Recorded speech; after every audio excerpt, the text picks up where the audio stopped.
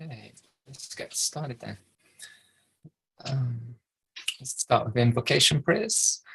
Om Jnana Timirandasya Niranjana Shalakaya Chakshurum Militum Yena Tasmai Shri Guruve Namaha Siddhanto Palasara Nityarasikam Hangsang Vilasatmakam Adaryakya Sudama Sevakadanam Vishramba Bhakti Pradam Yakya Yukti Vichakshanam Bhagavato Vaishishta Shakya Sada Vandeham Tripurari Namakayatim Shri Bhakti Vedantinam Vanchakalpatarubhyascha Kripa Sindhubhyeva cha Patitanam Bhavanebhyo Vaishnavebhyo Namo Namaha Siddhanto Ajanulambita Bhujao Kanakabhatato Sankirtanai Kapitaro Kamalaya Taksho Vishwambaro Dvijabaro Yukatarma Palo Vande Jagapriya Karo Karunavataro Vande Shri Krishna Chaitanya Nityananda Sodito Godadaye Pushpavanto Chitro Shando Tamonudao Vandeham Shri Ramakrishna Abhaya Charana Sukho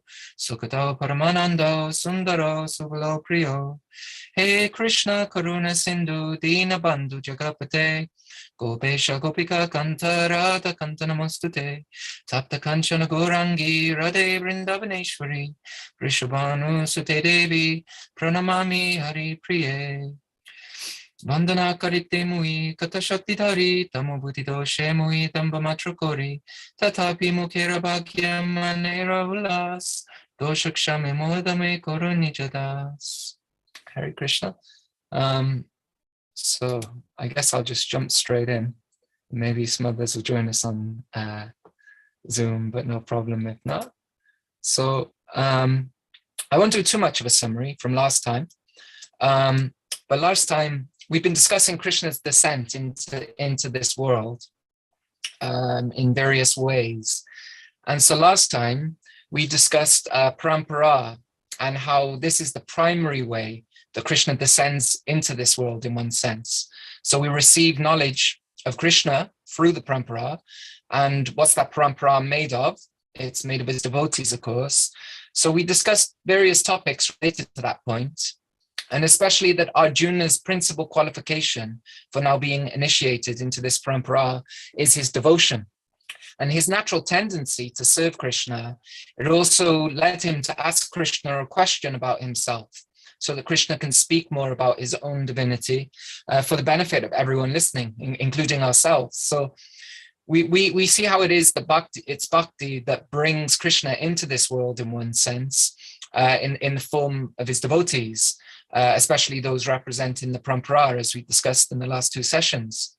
But now, in verses 4:5 to 4:15, we're going to see Krishna respond to Arjuna's question.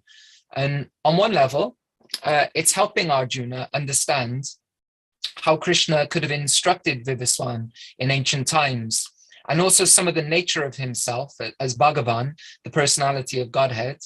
But from another angle, which we're going to explore, we'll see many topics directly related to bhakti come out also, and bhakti's role in Krishna's descent into this world, which of course is the main topic of the whole book, bhakti. So at least through the eyes of the Gaudiya commentators. So we'll learn quite a few things in the upcoming discussions, including the fact that Krishna is God, which isn't something that's been explicitly said until now.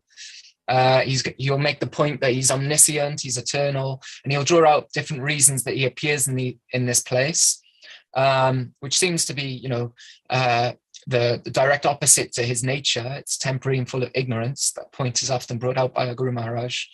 And so other topics will also come up, including a little later the point that there is one God but many paths. And this topic is a great one for understanding and appreciating different religions and spiritual paths and seeing the unity in them, but also seeing how Krishna descends into this world in different ways for different people. But we'll save that one for probably the fifth session, the final session. So as I mentioned in our introduction session, I am going to be jumping between verses at times, at least in the context of this series. And it does make sense at this point to actually skip verse 5 and focus on verses 6 to 8 for today. So we'll actually return to verse 5 next week when we discuss knowledge of Krishna a little more. But today I wanted to continue with the theme that we left off with last week, and that is that it is bhakti that brings Krishna to this world. And so also connected to where we left off last week, it's also worth bringing up one nice point from verse 5, and that's one of the meanings of the name Parantapa, or one who gives pain to the enemies. So we'll come back to this term next week also, and one of the main ways that Krishna means to use this name here, Parantapa, in relation to Arjuna seeming to be in ignorance. And we saw in the second verse, he also used this name. And we saw how Krishna used this name to refer to Arjuna having control over the enemies of the mind and senses. But another meaning of Parantapa is one who gives to others, which is quite a sweet meaning actually, right? So as we discussed last week, Arjuna has asked this question so everyone can benefit from hearing Krishna speak about himself. And so this is a sweet meaning of the name. It's Arjuna's bhakti that brings something of Krishna into this world, and not only for himself, but for all others who are able to hear it also. So we have Arjuna to thank for all that's going to follow now in terms of the topics about Krishna. And as I say, next week, we'll look more at some of the other aspects of this name in the 5th verse, and also the points Krishna makes about himself, such as the fact he's omniscient, eternal, and so on. But keeping with the theme for today, that the primary way that Krishna descends into this world is by the power of his devotees' devotion, by the power of bhakti. And so we're going to jump to verse 6. And so we'll also look at some aspects of verse 6 too, in regards to Krishna's eternality and birthlessness, as I say. But where I want to focus today is on some of the nice points that are brought out by this term AtmaMaya. We find this term AtmaMaya in the verse, and it refers to the role the internal energy plays in Krishna's descent. And it will tie in with the other verses that we're going to focus on today also. So Krishna at this point, he's of course speaking what's known as avatar tattva, or the knowledge or philosophical truths, conclusions about the nature of his descending into this world personally. Why does he personally come? So I'm sure you're probably all familiar with this term avatar. Ava means to come down, and Tara means to cross. So it's how Krishna crosses from up to down. That's often how it's described, how the absolute comes into a temporal world of ignorance, but yet still comes perfectly as himself with his omniscience, his omnipotence, and these kind of things. So how does he make his appearance? I really like the example sometimes used, people use this term avatar to enter the digital world. If you go on many social media platforms, you have your avatars. And so that's how people make their appearance in the digital world, how they cross into the digital world. So this is how, now what we're going to explore today, how the transcendent makes his appearance in the material world, how he crosses into the material world. So the way Krishna makes his appearance or manifests, he says, is by his AtmaMaya, by his internal energy. And I remember hearing our Guru Maharaj speaking about some of the points we're going to discuss today, a few years ago when we were with him in Madhuvan. And I was blown away by the insight, because it was the first time I'd heard these verses discussed in this way. It can be easy to hear, the middle 6 chapters are about bhakti, and then maybe not put so much attention to the first 6 chapters. But actually, we find so many amazing points connected to bhakti in these chapters. So Krishna says he comes by his divine internal potency. So he has no tinge of the gunas, as we know, the modes of nature that make up our bodies, the bodies of matter. His swarup, or his eternal form, it's always Satchit Ananda. It's always eternally, fully aware and blissful by nature. But interestingly, one meaning of AtmaMaya is mercy. And so Krishna's appearing in this world by his own influence is an act of mercy. It's something outside this world, something outside the ignorance that keeps us appearing in this world, that creates suffering and so on. Something outside of that brings him here, something outside the realm of karmic justice even. So when we say AtmaMaya means the Lord's mercy, more specifically, it's talking about his internal energy. And of course, we know as Gaudiya Vaishnavas who the personification of his internal energy is. And that, of course, is Sri Radha, the source of all Shaktis. And we know Sri Radha, she's the embodiment of compassion. So it's compassion or mercy that draws Krishna to this world. So another meaning, of course, Atma also means self. And so Krishna is speaking about that Maya that comes from himself, that energy that comes from himself, the Yoga Maya, that reveals his swarups or his forms. As most of you will know, but just a little recap, there are three principal energies of Krishna: the Maya Shakti, otherwise known as the external energy, the Tatashta Shakti, or the marginal energy, and the Swarup Shakti, or the internal energy. And of course, actually, we also see in many places in the Shastra, actually God has innumerable Shaktis or energies. It's not that he only has three Shaktis like this. He has innumerable, but he has all kinds of powers, all kinds of potencies. But generally, these Shaktis, these potencies, they're categorized into these three categories because I guess their function and how they play out in existence, if you will. So everything has some inherent potency, some inherent power, and this lets us know something about it also. So this is quite interesting, you know, like the potency of taste in food, it lets us know something about that food, for example, or the potency of luminosity in light, it lets us know something about it, but also those things around it too, similar to the potency of consciousness. So we also express ourselves through our potencies. And so we're known more by that, by those expressions, than our actual selves, if you will. So they're very intimately tied. Our Guru Maharaj sometimes gives the example of an author being known by his writing. Or if we see an actor or a world leader, maybe a picture of them, it may just look like a regular person. But if we know the power of that person, then we know so much about them, actually. The more we know of someone's power or their potency in the world, of how they express themselves, the more we know of them in one sense. So the mystics who know Krishna well, they speak of his Shaktis or his potencies when they speak about him. So, you know, the Shakti is very intimately tied with Krishna. And matter, or the external energy, of course, has been discussed in different ways earlier in the Gita and will be explored more later. But just in general, just anyone who's watched any nature documentary, for example, or if someone has studied the natural sciences, you know, just observe the world, you know, matter itself is quite fascinating, right? So much could be said on that. And this is because actually it's also a Shakti of Krishna, right? Being the external energy, it may be the external energy, but it's still an energy or Shakti of Krishna. It still comes from Krishna. But in this verse 6, Krishna shares how he personally manifests by introducing another power for the first time, the internal energy, the AtmaMaya, also as we often hear it referred to as the Swarup Shakti. And of course, part of what makes up the Swarup Shakti is bhakti. So it's significant that Krishna makes this point, that it's the internal energy that brings him to this world, that this is what makes him manifest in this world. It's through her by which he is to be known. So we've discussed that in one sense, in terms of the parampara and Arjuna drawing out some knowledge of Krishna. But Krishna elaborates on this in different ways here, saying he personally makes an appearance by the AtmaMaya.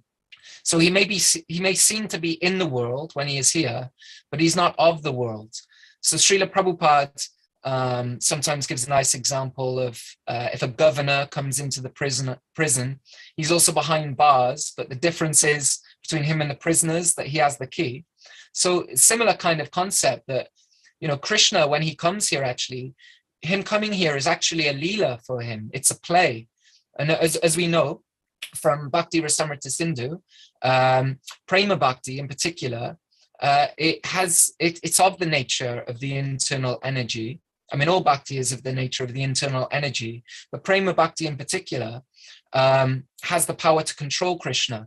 So this is the sixth quality of Uttama Bhakti that Srila Rupa Goswami gives.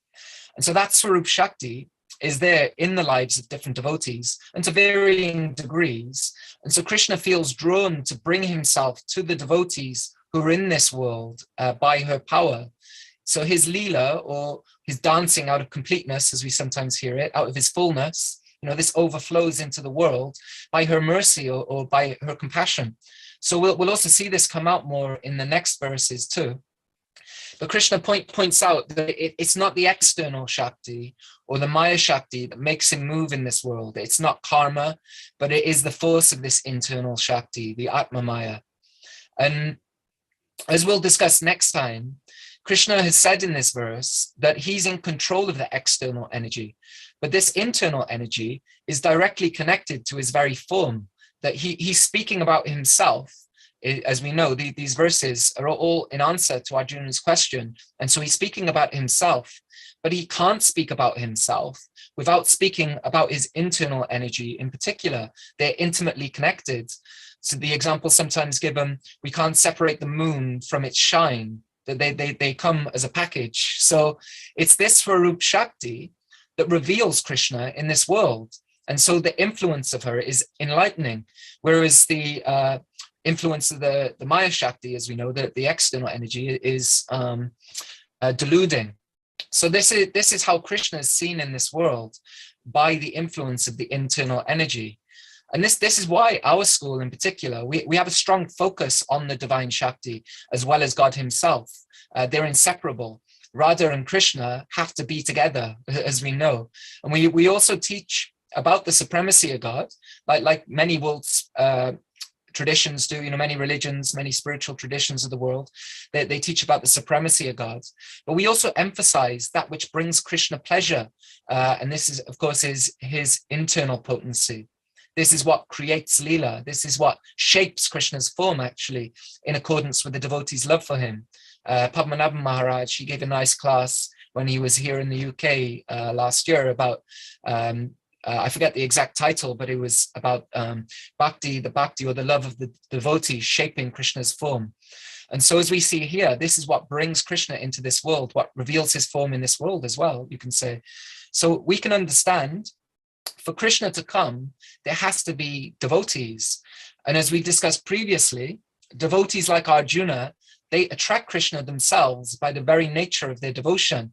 And so this is why Krishna pointed out the primary quality in Arjuna that inspires Krishna to share his secrets with Arjuna is bhakti. There's no other power in the world that could draw his descent here. And that's something we're going to explore more shortly. But what brings him here must be coming from bhakti. It can't be from any other kind of power, nothing at all in the external Maya, in the external energy. No physical power, no mental power, no intellectual power can bring him here. And this, we'll see, this comes up interestingly in the next verses too. But the emphasis is that this power comes from Krishna himself. And as we learn here, specifically his internal potency. And so we discussed last time how the parampara distributes that Shakti also. And so the more connected we can be to that Shakti, the more we find Krishna descending into our own lives. But Krishna never leaves Radha's company. And so if we want to be connected to Krishna, then we also want to be attached to Radha also. We want to be attached to that Shakti, that AtmaMaya, the Bhakti Shakti. Many terms for what essentially is the same thing. So Krishna, he continues to explain and expand on these points, the reason he appears in this world in the next verses, in verses 4.7 and 4.8. Because as we know, Krishna is appearing by his own will, but it's by the potency of his internal Shakti. But his form is eternally existent, actually. And so it's emphasized that he appears rather than it's actually born. Something we're going to look into next time also. Like I say, we're going to kind of jump around some of these verses according to the theme of the class. But Krishna has said how he remains in control of his Maya Shakti, the external energy, but he comes under the influence of the internal energy, the Swarup Shakti. And so now he's expanding on why and when he comes. And there are many nice connected points to this and Bhakti Insights that come from our teachers in regards to these reasons that Krishna gives.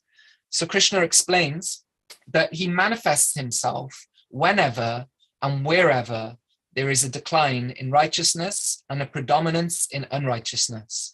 So these words, yada yada, many of you be very, very familiar with these, I'm sure. Yada yada, he comes whenever and wherever. And they're very significant because the implication is that Krishna can go anywhere and wherever he wants by his own will. if we look at the Varnashram system, for example, the demigods actually, they have to reciprocate when someone performs certain sacrifices, if they do them properly according to the Shastra that is relevant for the particular system that they're practicing. So the demigods actually are also bound by universal law. And, there are many nice examples of that. We can see when Hiranyakashipu, he performed various sacrifices and austerities. And so Lord Brahma, he was forced to reciprocate. Even though, we know Brahma is also a devotee, but he reciprocated with Hiranyakashipu's sacrifices and austerities. So it's important to understand, and I'm sure we've all got this grasp, that, Krishna, when he does descend, it's for his own purposes. He's not bound to come here. And it's true, he comes for dharma at times, as he points out, but he's not bound by that. It's not that dharma controls him, but only prema controls him, only love, only pure love controls him. So Krishna descends for his own purposes.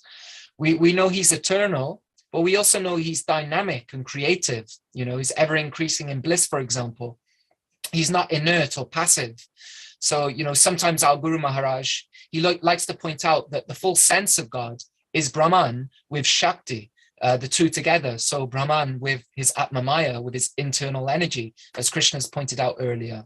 So he's not static. And even when we look at Brahman, the word Brahman, Madhvacharya, he points out that the root, it means to grow or to burst forth. So it implies constant, continuous creativity. It's always manifesting. So it's dynamic and creative. That he can't be static. Brahman actually can't be static. Krishna can't be static. So this spontaneous creative impulse, we understand to be manifest as leelas or divine pastimes.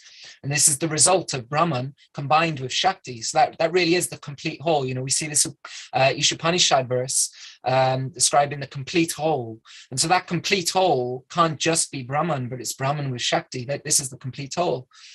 And we know from the Shastra that there are leelas of Krishna beyond this world, but there are also leelas that take place in this material creation too. And so in one sense, the whole of material creation is a leela, sometimes referred to as Srishti Leela, or the pastimes of creation. But there are other leelas that Krishna is more directly involved in also. He has specific purposes in this world. And so he descends in various ways to fulfill those purposes. He has unlimited avatars, actually, for various reasons. And the Goswamis analyze these different ways that Krishna comes to the world, these different types of avatars. Actually, they're unlimited, but they're generally considered in 6 categories. The Purusha avatar, Guna avatar, Leela avatars, Shaktivesha avatars, Manvantara avatars, and Yuga avatars. And we won't spend too much time on these different avatars today, because that would make a good series in itself, maybe in the future. And we have too many other topics to cover today.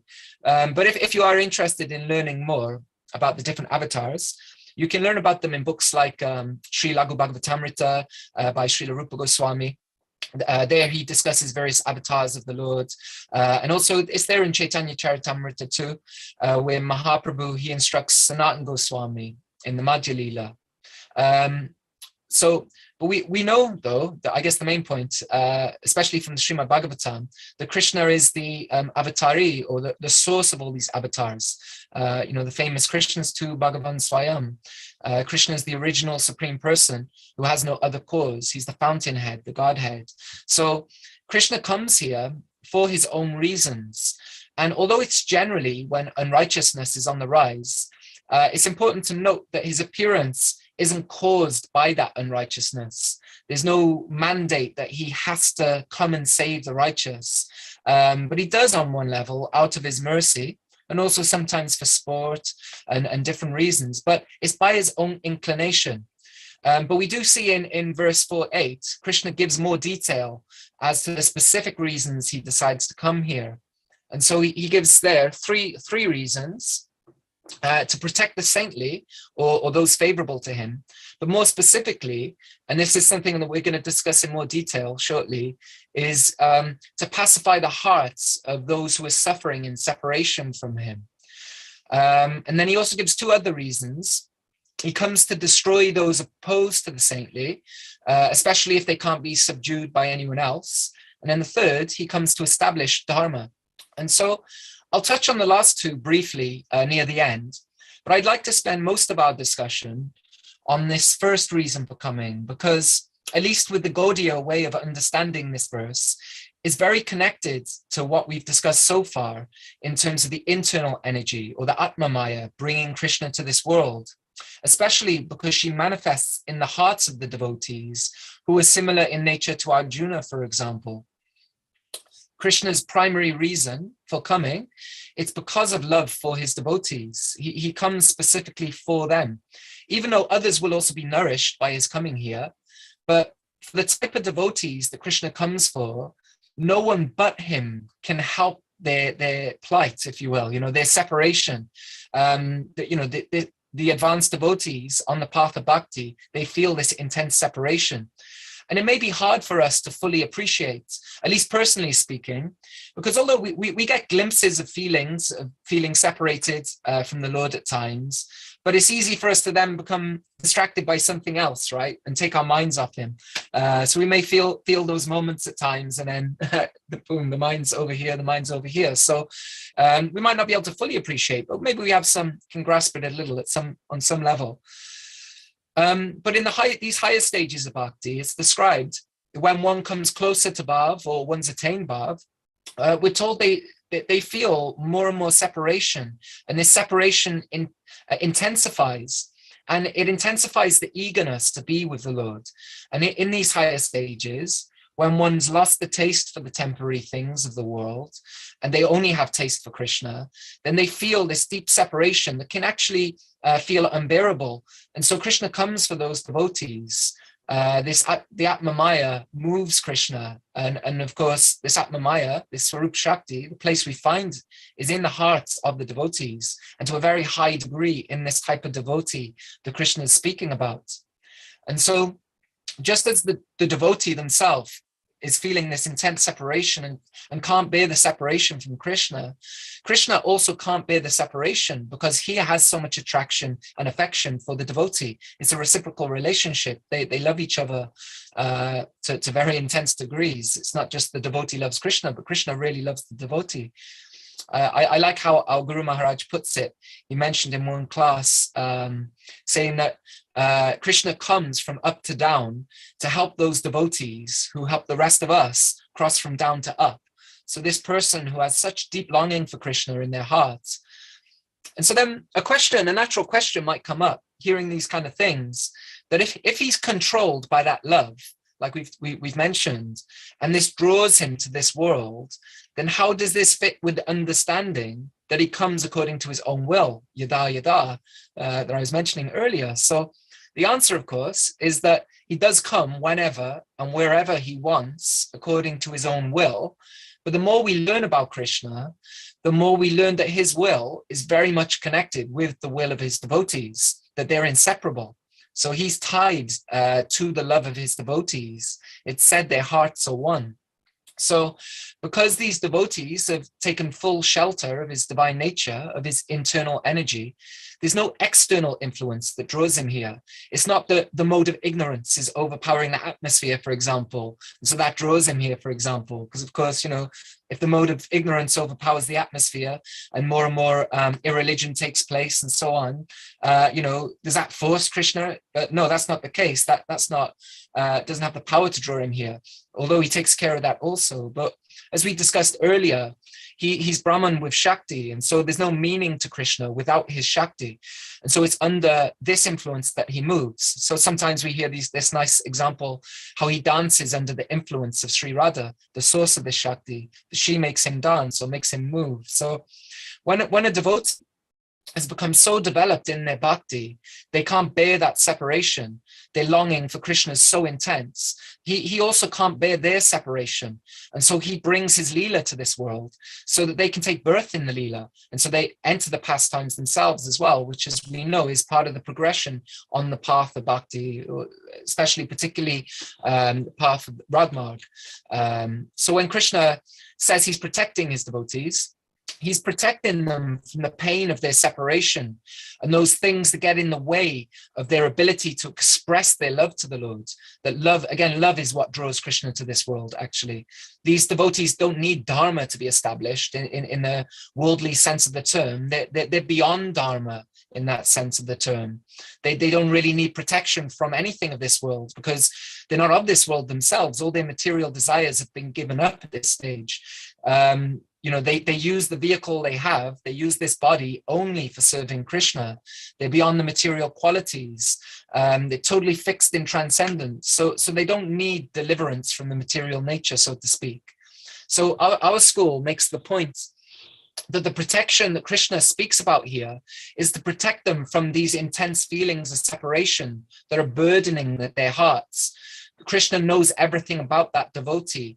He knows they've made so many sacrifices, for example, as they've walked along the path of bhakti. They've had to deal with many difficulties, both in their own environments, but also within themselves, as we all have experienced, I'm sure, such as uprooting anarthas, which we all understand, how much of a challenge it can be. At least personally speaking, some anarthas especially, they can be quite a challenge to uproot, and some may take some time. But still, despite all these obstacles and all of these reasons that one could use as an excuse just to stop moving forward in their bhakti, the devotees continued on the path, continued to walk the path of bhakti. And so Krishna knows these things. He appreciates this. They've come to such a place. They can't bear his absence anymore. And so Krishna also, that he can't bear theirs. And just as the devotee wants to satisfy Krishna in every way, Krishna really wants to satisfy his devotee. So this is how it's tied to his will. And so then he introduces them to his friends, the family, by bringing his Leela to this world. And this is what the devotee has yearned for. On our path in particular, the Rag Marg, the devotee has longed to taste similar moods to these devotees that they felt attracted to follow, these devotees who come as part of the Leela, who were involved in the Leela, at least in the higher stages of the Rag Marg. And so Krishna satisfies that desire by introducing the devotee to these different personalities, these personalities that Krishna himself feels most at home with. So he invites them to join the party, so to speak. Srila Prabhupada, in his purport to this verse, he summarizes it very nicely by saying, Lord Sri Krishna descends for the specific purpose of mitigating the anxieties of the pure devotees who are very anxious to see him in his original Vrindavan pastimes. Therefore, the prime purpose of the Krishna avatar is to satisfy his unalloyed devotees. So we can also see in these verses, by the grace of the teachers of our school, that Krishna descends into this world by the power of his devotees. They draw him here by their devotion, just as the knowledge of him is drawn out by the parampara, like we discussed in the previous sessions. So before we wrap up today, I just want to briefly touch on the other two reasons that Krishna says that he descends to this world, because they also help us understand something of Krishna's nature. Our acharyas, they point out that when Krishna comes to kill the unrighteous, they have to be a pretty big demon, actually, for Krishna to personally get involved. Because, so many others could do the dirty work, so to speak, on his behalf, if he desires it, even could take place through the external energy even, because the external energy is, of course, under Krishna's control also, as we heard earlier. So, but especially when a demon becomes very big, and they're causing suffering directly to devotees, Krishna personally comes to kill them. And we see this with Kamsa, Putana, Keshi, there are many like this, examples like this in Krishna book, for example, or the 10th canto, the Bhagavatam. But interestingly, when he does, he kills their demonic tendencies, their lower nature. And so they actually attain liberation. I'd have to confirm this, but I'm sure I heard it in a class, and it may even have been Guru Maharaj, but I can't remember exactly where I heard this, so it definitely needs confirming somewhere. But I heard that Srila Jiva Goswami says this only happens with Krishna, actually, and not with other avatars even. But yeah, maybe someone here knows, but I believe it's in the Sandarbhas, if my memory serves me correctly. I've never actually studied the Sandarbhas completely, so If anyone on the comments or anything like this, or at the end of the day, has confirmation of that. But it's still a nice sweet point.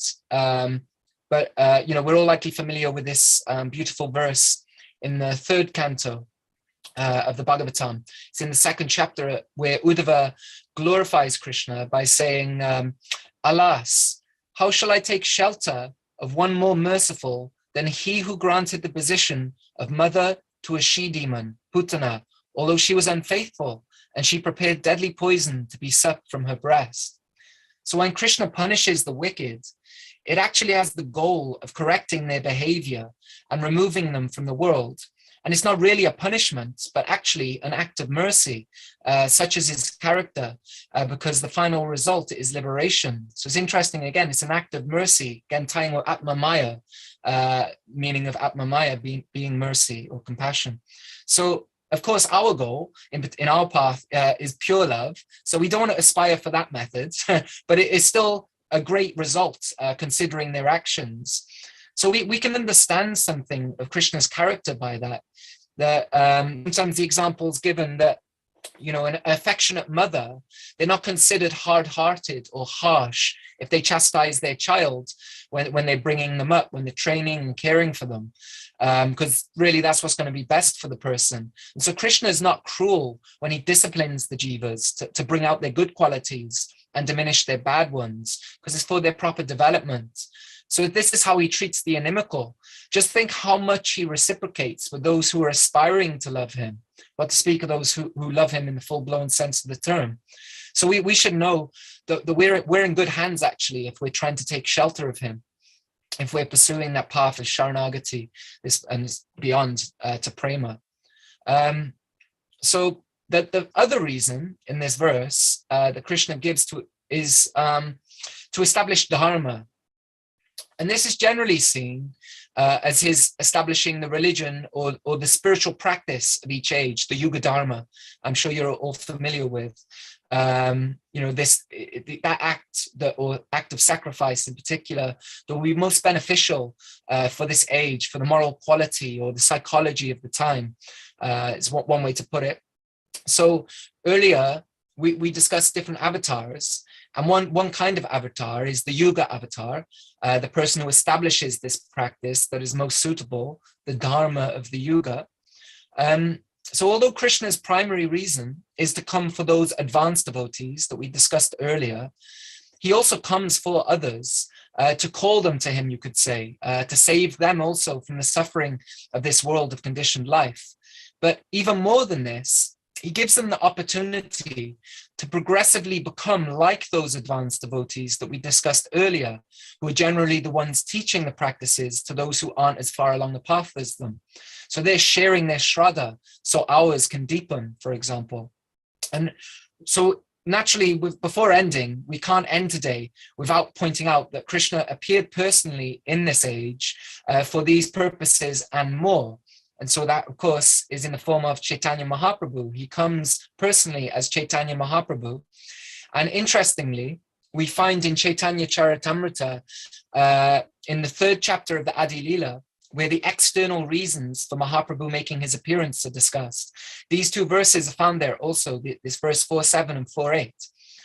So that's a huge discussion in itself. But it's sweet to know that in his appearance as Chaitanya Mahaprabhu, he reforms the miscreants, which many of us likely feel we are, given our background and habits, at least personally speaking, I can attest to that, testify.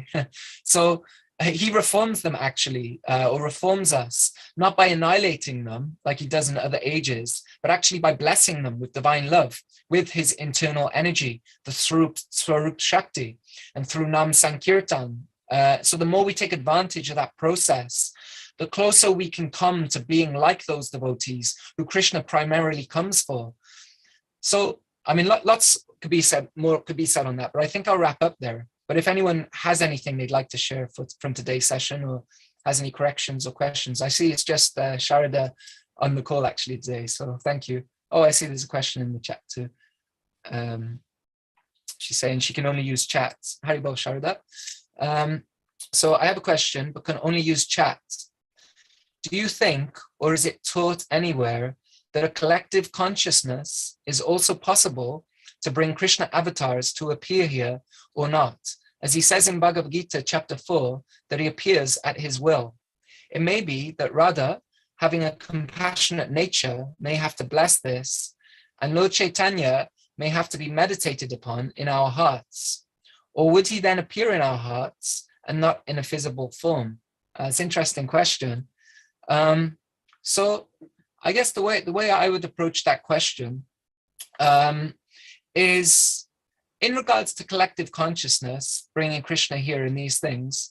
I mean, I guess you could say in one sense, yeah, if the strength of those devotees' bhakti was strong enough to pull Krishna here, just like the strength of Advaita Acharya's bhakti is what brought Mahaprabhu here, brought Krishna here, when he was offering the Ganga Jal and Tulasi leaf.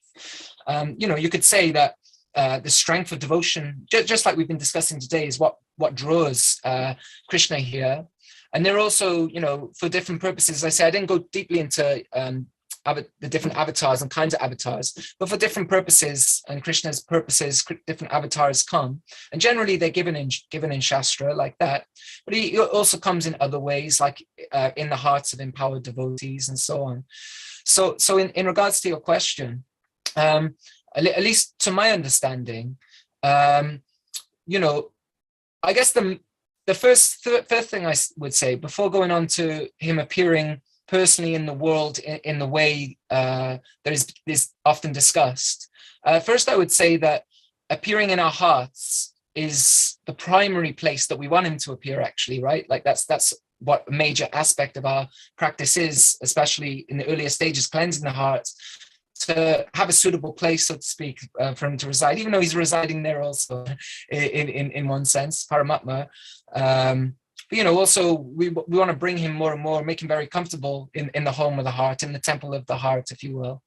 So I would say it's important to emphasize that's the primary place actually that we want to draw Krishna into, even in this world.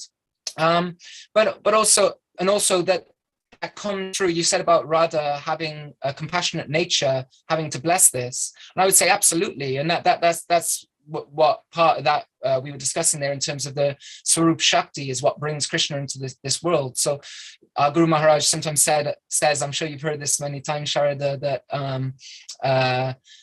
there's a little bit of Radha in every devotee's heart, actually. There's a little Radha is in everyone's hearts in some ways. So and personally, so in this sense, yeah, absolutely, I'd agree with you that Radha would have to bless this. And she does bless this, and again, this is what brings Krishna here, and I guess it's important to emphasize that point too, that there's no separation of Radha and Krishna in the ultimate sense too. That when we speak about the complete whole, it's Radha and Krishna together. Like I gave the example, the moon and the moon shine, so they really come as one, that the form of Krishna is revealed by Radha.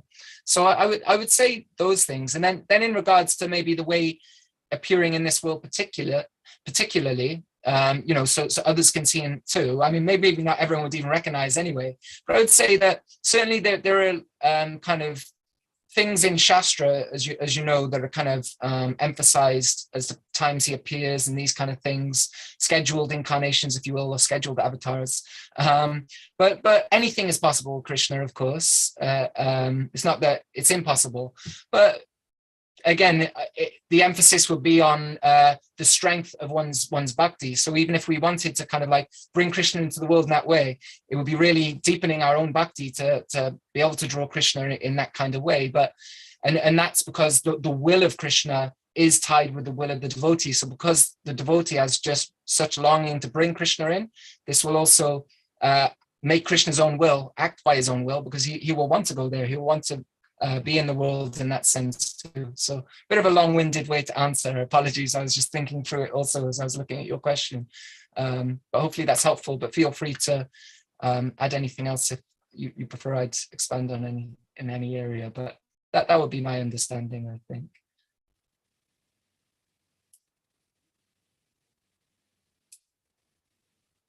No problem. Hare Krishna, Sharada.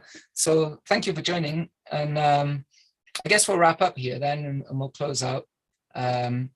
And then, yeah, next week we'll look more into some of the great aspects of knowledge of Krishna. So we'll look at some knowledge of Krishna, some things he brings out, and the results that come from understanding these things, exploring these things. So they're quite beautiful, actually.